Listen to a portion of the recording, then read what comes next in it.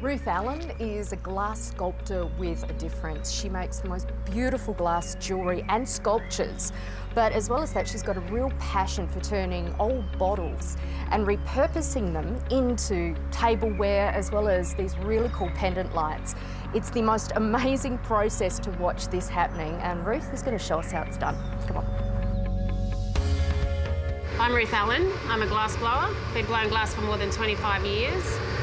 What's special about hot glass for me is that it's a liquid, so that you can manipulate it using gravity. It feels a really natural medium to be working with. It's very physical, and the potential of that material is so extensive. I describe my practice at the present point in time as upcycling manufactured bottles. So we generally go out to cafes and restaurants and collect bottles that have been used. We wash them, we cut them, we prepare them, and then we take them through a heating process using traditional hot glass techniques to reform them into utilitarian items or pendant lights. Hey, Ruth. Leah. I'm sneaking up behind you. Hi, Good to see you. Well, thanks for having me. This is like the ultimate work-at-home studio. It is, yes. We live in the 50-metre squared house out the front and have 430 metres squared out the back. Gosh, that's my dream. I'm really quite jealous. I love all this, Thank though. you. Tell me what this is over here. These are leaves. They're free-formed leaves. The Italians have been making leaves for 5 centuries or so. So this is just a modification of that. It's amazing. Well, it's a little bit of a trick, but it's also super fun just trying to navigate where the glass is going to go and then being prepared for any direction and coercing it into the form that you want it to be. Freeform. Yeah, freeform. So tell me about the bottles. I mean, look, we've all have bottles lying around, really. Most of the time they either go into the bin or recycling. You, on the other hand, look at a bottle and go, oh, I'm going to turn that into I do, an archer. actually. I have to go out to drink lots of bars so that I can just look at bottles. That's terrible for you. I'm so sorry. I think what you do as a creative is very much subject to your environment and your circumstance. So the reclamation of bottles occurred because we bought this building that we're sitting in, and I got frightened by the mortgage. So fortunately, it was super popular in the beginning years and it got us on track. You might recognise them because what we try and do is keep the embossing so that you can see the point of origin, but then also recognise that they're transformed. So we've got Cinzano and Jim Beam, and this is Cointreau, which is also square, which ends up in a kind of a retro feel. I love that. I love the cursive as well. Like, that's so beautiful. And Jägermeister, and this is a long neck beer bottle. These are all champagnes. This is a 9-piece A champagne chandelier. Oh, that's amazing. These ones over here, they're 1.5 litre German Riesling bottles. So they're oversized, and to work with those, we cut the bottoms off and then we flare them and then drop them into a tulip form so that we're working with gravity to create that butterfly look. Nice job. Oh, I'm very interested in sustainability of the planet. I don't think my practice as an activity is a sustainable practice, but I think what I am doing is that I'm creating work which contributes to a conversation of sustainability. So that dialogue is what I believe I'm nurturing, and the more that we talk about it, the more proactive we can be as a community. This is such an amazing space. Can we have a look around? Yeah, definitely. So this is where the glass happens. This is our main tooling area. Because we work with such specialised areas, both my partner and I, we need to have equipment to make things. That's amazing. You guys are so self-sufficient. You don't even need to leave. No, just to get supplies, and that would be it. And what is this?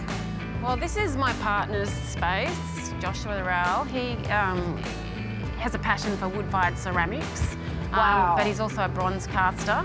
This is such a cool space. You know what's really cool, though? You're going to show us how to blow some glass, how you blow the glass. I've never seen it before. I'm really excited.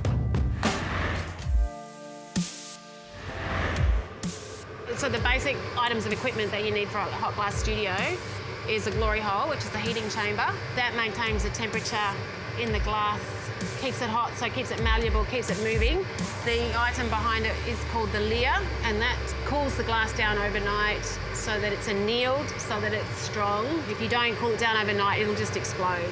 Okay, Tony, so can you please heat a stick and put it on my bench, please? So we go in and out of the glory hole to reshape it, reform it. Blow, please, Tony. Oh my gosh, you are kidding me. Okay, stop.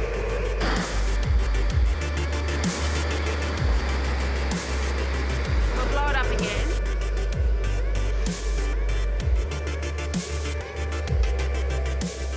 These guys have to coordinate everything. Otherwise, I mean, clearly somebody's going to get hurt if they don't. It's like a dance. It's crazy to watch. It's like the ultimate teamwork.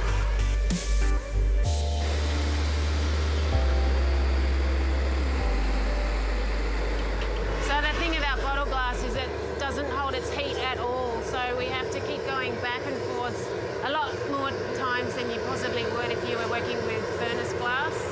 It'd keep you fit, Ruth. Well, it's certainly physical. No kidding.